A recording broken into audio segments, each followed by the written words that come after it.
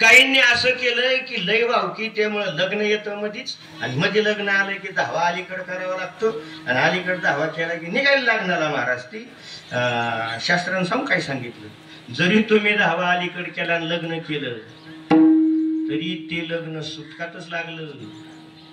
त्याचा परिणाम 40 वर्षानंतर कळल तुम्हाला काय होत होते.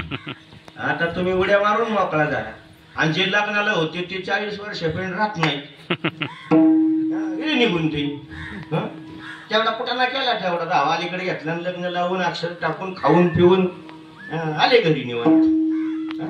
चुकूनही महाराज, चुकूनही दहाव्याच्या आत लग्न करू नका, असं शास्त्राने दंडक दिलाय महाराज.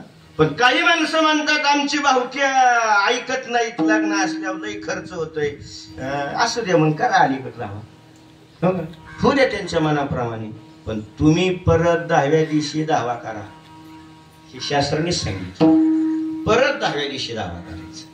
इतकं 10व्याचं चिंतन आहे, खूप मोठं चिंतन आहे 10व्याचं. दावा का करतात ओके नाही, कधी 10व्याला आल्यावर बघू आपण आता ओके नाही. त्याच्या पुढचा विधी 13वा. काय 13वा? 13व्याच्या दिवशी आपल्या घरातून गेलेली व्यक्ती प्रवासाला निघत असते. प्रवासाला किती प्रवास करावा लागतो शास्त्राने सांगितलं, 86,000